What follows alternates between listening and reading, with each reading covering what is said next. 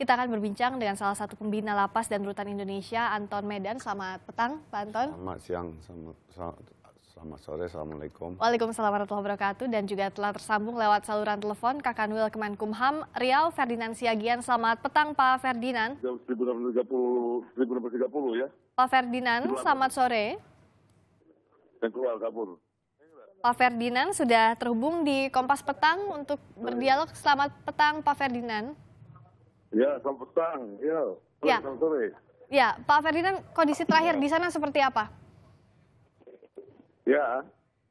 Halo. Iya, Pak Ferdinand, kondisi terakhir di rutan 2 Pekanbaru seperti apa? Ya, sudah kondusif, sudah baik. Mereka sudah masuk ke selnya masing-masing. Ya. Ya. Oke. Nah, kalau dari data tadi dari kepolisian ada 226 lagi yang masih belum bisa dikembalikan ke rutan. Jadi jumlah napi itu 1.870. Ya. Ya kan. Kemudian yang ditangkap oleh 13. Oke. Pusat masih di luar. Oke. Untuk lokasinya sebarannya kemana ini? Apakah sudah diketahui datanya, Pak Ferdinand? Ya, sudah kita arahkan ke Bangkinang 100, kemudian LP Dewasa 118, Ya. LPKA 30. Oke. Nah, untuk saat ini apakah ada target dari pihak Kakanwil Kemenkumham juga bersama dengan kepolisian untuk kapan kira-kira bisa mengumpulkan kembali para tahanan ini? Target Ya, yang kita dipasang. sekarang kita sedang mengusahakan, mudah-mudahan dalam minggu ini selesai. Ya, yang penting sekarang sudah kondusif. Oke. Yang seperti biasa kita semua diperbaiki, kaca-kaca diperbaiki, ya kemudian yang di dalam sel itu yang pintu-pintunya sudah bagus, sudah dilakukan kembali dan semua warga binaan kembali ke tempatnya masing-masing. Ya, situasi di dalam sudah kondusif, tetapi kan nanti kalaupun nanti para warga binaan di sana kembali lagi ada masalah overkapasitas yang masih belum ditangani. Apa solusi jangka pendeknya, Pak Ferdinand? Ya, solusinya tapi kan sekarang kita kan terhadap mereka itu kan yang overkapasitas tadi kita masukkan kepada ke LP Lapas, kemudian ke Lapas Bangkinang, kemudian kita ajukan juga ke Rutan Siak. Ada yang kosong kita masuki, jadi supaya tidak selalu overkapasitas. Oke, nah masalah soal kelebihan kapasitas ini saya akan tanyakan juga ke Pak Anton Medan. Ini sudah terjadikah dari tahun ke tahun jadi masalah klasik overkapasitas ini yang Pak Anton pantau? Sejak dikeluarkannya PP 99 2012, itu lapas itu tidak berkurang terus nambah. Kenapa? Karena minimal narkoba itu 4,5 tahun, denda 800 juta minimal. Nah, lapas itu masuknya banyak, keluarnya sedikit. Ini terus menumpuk. Ini pertama. Yang kedua, saya melihat bahwa pembinaan di dalam ini overkapasitas, tapi petugas lapasnya nggak ditambah. Ya. Coba kemarin saya baru di Sumatera Utara, terakhir tanggal 4 di Binjai. Itu 350 dimuat 1.280 sekian. Nah, hampir semua saya keliling. Cuman saya pikir ini banyak yang tahu, tapi nggak mau tahu. Ini dari persoalan. Orang tahu overkapasitas, solusinya apa sih? Dia dianggap masalah kalau sudah ada masalah. Kalau sudah ada masalah, ini tambal sulam. Tambal sulam, setelah itu apa lagi? Karena saya katakan, Kalapas itu nggak bisa tidur itu, KPLP nggak bisa tidur. Dia setiap menit, setiap detik bisa terjadi. Saya kasih contoh gini, di dalam itu air kurang. Kita lihat misalnya peristiwa Tanjung Gusta, kan salah satu penyebabnya air waktu bulan puasa, iya kan? Kemudian lain-lain di Bandung lah, di mana lah. Kemudian sisi lain juga soal pemerasan di dalam. Kita lihat Bengkulu. Kemarin ribut. Karena apa? Napi antara napi jagoan memeras. Ini persoalan juga di dalam. Jadi saya katakan mau perbaiki yang mana dulu. Nah. Kita lihat makan itu 15.000 per hari. Nah, 15.000, apa semua 15.000 utuh? Enggak, dilelang 13.500 per orang. Oke, jadi ya. Dari satu lapas ini 477 se-Indonesia, lapas dan rutan, itu kapasitas hanya muat 119.000. Sekarang dimuat 220.000 sekian. 2 kali lipat dari jumlah ya. yang... Kalau itu makannya pun problem. 1 hari 3 miliar untuk makan napi. Ya.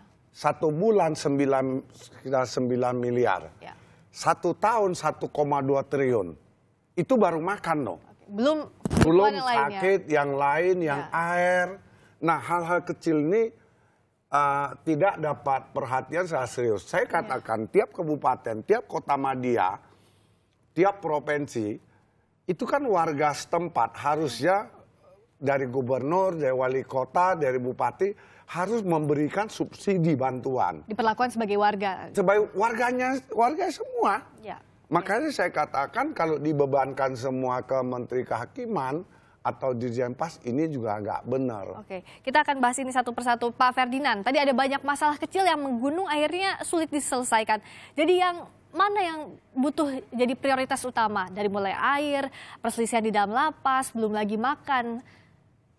Halo, jadi begini, apa yang dikemukakan oleh Pak Anton Medan, ya memang betul. Cuma kita harus mengetahui juga bahwa Kementerian Hukum dan HAM itu sekarang sedang membangun lapas narkotika. Suatu contoh seperti di Pekanbaru, Riau ini, kita ketahui bersama bahwa narkotika itu sekitar 5.000 orang. Ya. Nah, sekarang kita lagi membangun lapas narkotika. Nah, lapas narkotika itu nanti ketika itu sudah dibangun dengan lengkap, bisa mencapai 3.000 sampai 5.000, artinya semua yang ada di daerah Riau itu bisa disatukan di lapas narkotika. Nah, ini sedang dibangun. Nah, ada... gitu. Jadi bukan tidak ada upaya itu ada dilakukan pembangunan itu namanya lapas narkotika. Pak Ferdinand, saya ingin sampaikan. Selamat sore Pak. Sore Pak Ferdinand. Iya Pak. Itu 4-5 tahun lalu di zaman Pak Ters Akbar membangun 3 lapas dan rutan se-Indonesia. Iya Pak. Nah, saya melihat bahwa kita tidak hanya butuhkan bangunan ini saja, tapi personalnya. Bapak bisa bayangkan. SDM-nya Pak, SDM-nya. Kita lihat, bukan SDM-nya aja, petugasnya memadai nggak? Ya, bisa, betul. Saya minggu kemarin, saya baru mutar Sumatera Utara, tanggal 4 saya di Lapas Binjai. Kebetulan saya ke sana, bayangkan 6 paling banyak cuma 7 di luar jam kantor yang jaga ini ribuan orangnya. Ini kan nggak seimbang. Iya. Nah, ini juga jadi problem. Di daerah Pekanbaru ini sekitar yang itu 1.870 dijaga oleh satu shift itu memang 5-6 orang, Pak. Memang tidak seimbang. Padahal perbandingannya 1:20, Pak. Betul, Pak. Nah, ya, saya ingin sampaikan juga, saya sebagai masyarakat, saya dari Pak Jaman Lopa sudah percaya saya ikut membantu, membina. Saya baru tahun kemarin membantu penyulingan air lapas wanita Pekanbaru. Tembuskan ke anak-anak. Kenapa? Air nggak ada. Jadi saya terus terang tanpa pamrih, saya ingin membantu. Tapi saya katakan kepada Pak Ferdinand, membangun lapas tidak cukup itu saja, tapi petugasnya ini perlu ada penambahan. Jadi tidak hanya fasilitas, tidak hanya itu. Ini petugasnya diterima SMA, langsung tidak dididik, langsung ditempatkan. Ini nggak bisa diterima dengan logika. Kita akan tanyakan ke Pak Ferdinand. Bagaimana soal persoalan SDM ini, Pak Ferdinand? Jadi begini, apa yang dikatakan oleh Pak Anton itu memang betul adanya. Tetapi kita kan tidak langsung seketika itu juga mendapat SDM-nya, karena itu harus melalui dulu dari Menpan, ya kan. Kita ketahui bersama juga bahwa penerimaan pegawai sipil itu sekarang belum belum diterima gitu. Jadi kita memang makin sedikit pekerjaan kita, maksudnya karyawan makin sedikit, sementara warga binaan setiap bulan bertambah gitu.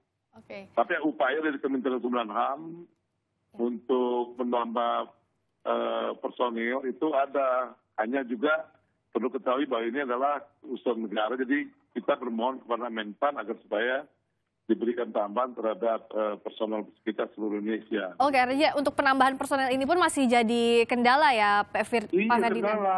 Oke. Pak Anton mengerti itu. Oke, kita akan bahas lebih lanjut lagi soal ini, Pak Ferdinand juga Pak Anton, soal apa saja masalah yang perlu diselesaikan lebih dahulu dalam hal pengelolaan lapas dan rutan di Indonesia. Usai jeda di Kompas Petang.